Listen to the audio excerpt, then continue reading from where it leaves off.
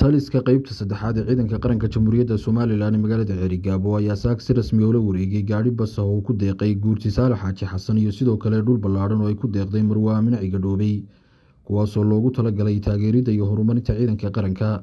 munaasabad kooban oo ka dhacday xarunta taliska qaybta saddexaad ayaa lagu muujiyay wareejinta deeqdan waxaana saraakiisha ciidanka qaranku ay si weyn ugu mahadceliyeen labada qof ee deeqda bixiyay doorka ay ka qaateen garab istaagga ciidanka qaranka.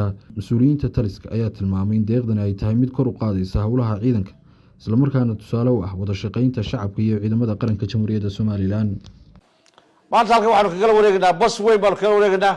basku waa kii ciidanku u baahnaa run ahaantii aad uu ugu baahan yahay oo bas weyn ah oo ilaa Hargeysa ilaa iyo meel kasta wuxuu qaadi karaa waa aad ugu baahan yahay ciidanku. wayna ka gudoonay odayaal wayna ka gudoonay gaar ahaan Saalax waa ka gudoonay Saalax Xaaji Xasan iyo odayada uu la socdaba wayna ka gudoonay horta wayna ka gudoonay waa run anaga ku dhayno ka dhigan meel tii ugu dambeysay tii ugu horeysana noomaha anaguna ka dhigan meel tii ugu dambeysay waa la ka filaynaa wax badan oo kale. waxaan halkan aad ugu mahadcelinaynaa xafladan gaarigan la ku gudoonsiiyay inuu gudoonsiisay beesha Basabuur gaar ahaan Saalax Xaaji Xasan Axmed. Saalax oo la garanayo odayaashii magaalada ah waayilkii magaalada ah hantiilii magaalada ah oo in Xaaji Xasan oo la garanayo weligeed deeq bixin jiray oo maanta gaarigan gudoonsiiyay aad iyo aad baan u mahadcelinaynaa. moraalka Saalax ku keenay gaariga waxa uu sababa markuu arkay ciidankii qaranka soo dhisay yahay taliyaha dhalinyarada cusub ee ciidanka qaranka la wareegay madaxweynahan sida qorsho u socdo markuu arkay ayuu kalsooni gaariga ku bixiyay. mahadabadeed maanta gaari baan idinku wareejinay Saalax Xaaji Xasan Axmed baa bixinaya dawladda qaranku dhinac taagan yahay dawladda ciidamadiisu dhinac taagan yahay ka reer ahaan waa dhinac taagan waxaanu dhinac taaganahay ciidanka qaranka baanu garab taaganahay waxaanu kaloo garab taaganahay dawladdeena madaxweynaha qaranka baanu garab taaganahay. horta marka koowaad waxaanu halkan salaan uga diraynaa madaxweynaha Jamhuuriyadda Soomaaliland ciraan uga diraynaa aabihii nabadda oo ku suntan inuu nabadda keenay. waxaanu halkan ka salaamaynaa isna jananka ciidanka militariga.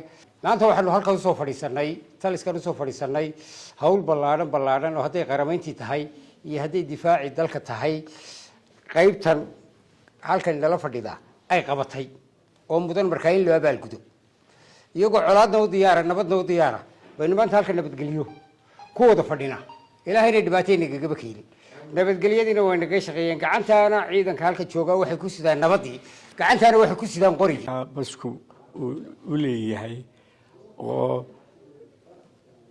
ciidanku u baahan yahay ayaan aniguna yidhi ku darso insha allahuna guul baan idiin rajaynayaa waana wadaan madaxweynaha waan salaamayaa taliyaha ciidanka waan salaamayaa si wanaagsan baa hawsha u wadaan. marka waxa weeye dhulka waxaan ugu deeqay ciidanka qarankan ugu deeqay ilaa iyo hadda 5 sano muddo ana way lahaayeen maanta bay igala wareegeen ilaa muddo 5 sano ah iyagay ku magacawnay hadii ilaahay yiraahdo allah wa alfa iyagana alawil marka hore ilaahay ayaa mahadle mar labaad halka waxaan uga mahadcelinaynaa Aamin Ciga Dhoobey oo nagu wareejisay dhul cadadkiisu badan yahay dhulka waxay wareejisay ciidanka qaranka qaybta saddexaad insha Allah iyadana waxaan leenahay if iyo aakhiraba ilaahay kugu anfaco.